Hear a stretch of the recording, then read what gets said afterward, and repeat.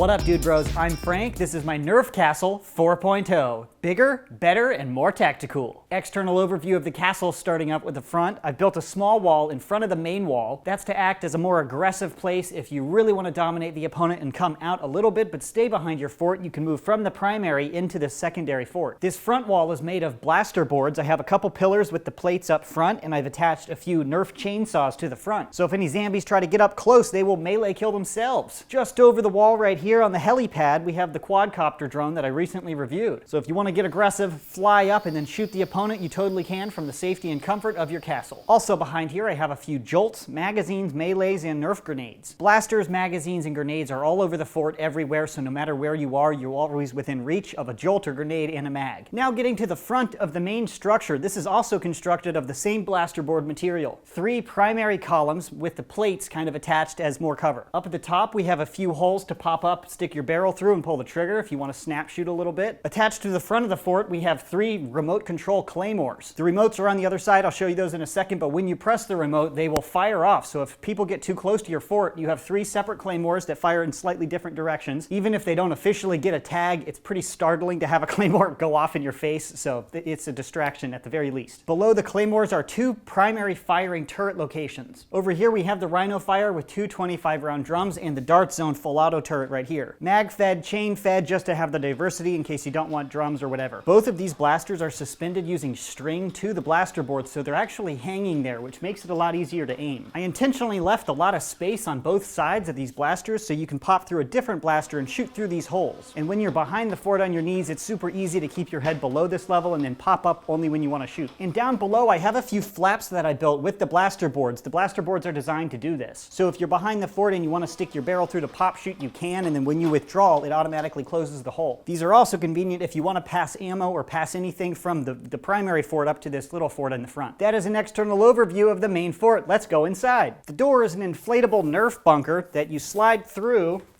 and then you put it back. Yeah, it's not going to stop you if you really want to get through. It's a Nerf fort, bros. Chill. So now we're back in the main part of the castle behind the biggest wall. Down below we have 2 blasters. Here's a Strife and a Hyperfire. Both of these have the 25-round drums already loaded, and I have the 18-round stick mags down below. And if that's not enough ammo, I have more ammo here, more mags there, and more ammo back there. Ammo and mags everywhere. Also down below I have 2 emergency jolts. I also have jolts pretty much everywhere. You can never have too many jolts, right? On each pillar, right here and right here, we have the Claymore remotes. I use color-coded tape on the remotes and the claymore so you can tell what remote activates which claymore. And right here is one of the main bunker openings with the Dart Zone Dart Storm. So that's kind of the left portion of the fort to the right. The structure over here is identical to the left because it has these little flaps. However, this flap moves inward instead of outward. And that's to allow you to fire these mortar rounds right through this hole, which conveniently lobs straight through the middle of the firing area. If you haven't seen this mortar thing, you charge your mortar rounds like this with this included primer thing. You open the flap,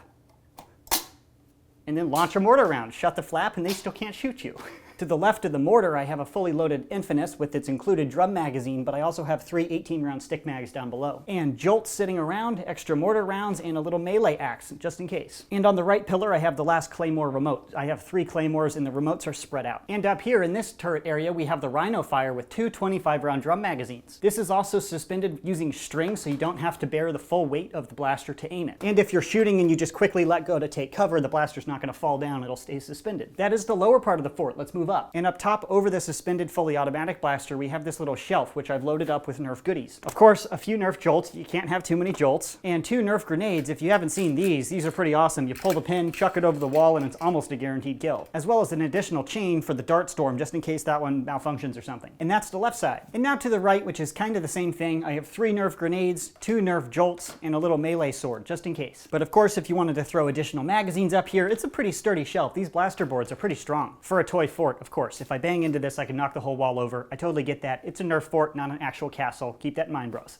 And that's it for this area. And directly behind the wall, we have some additional Nerf gear, just in case that's not enough. So here we have tons and tons of Nerf darts in this gigantic tote. I could have like a 12-hour Nerf war with this amount of ammo, not even kidding. And up top, we have a Centurion with a bipod scope and a few extra magazines. Because sometimes you just need to whip out the sniper rifle. I have the space, why not? And we've also got the Thunder Blast loaded up, ready to go, because sometimes you just need to fire off a missile. And I've got a tote with a bunch of extra missiles so you can fling missiles all day. And those are the backup blasters. And over here, right by the entryway, we have the Terra Scout. This is a remote control tank with an integrated fully automatic magazine-fed blaster, a very cool product. So when the time is right, you can open up your door, set your Terra Scout out, and send it off to get a kill. This has a built-in camera with a live feed in the radio, so I could sit behind cover, drive, and get a kill without ever revealing myself. Tactics, bro. Use technology to your advantage. And that's it for the main part of the fort. But wait, there's more!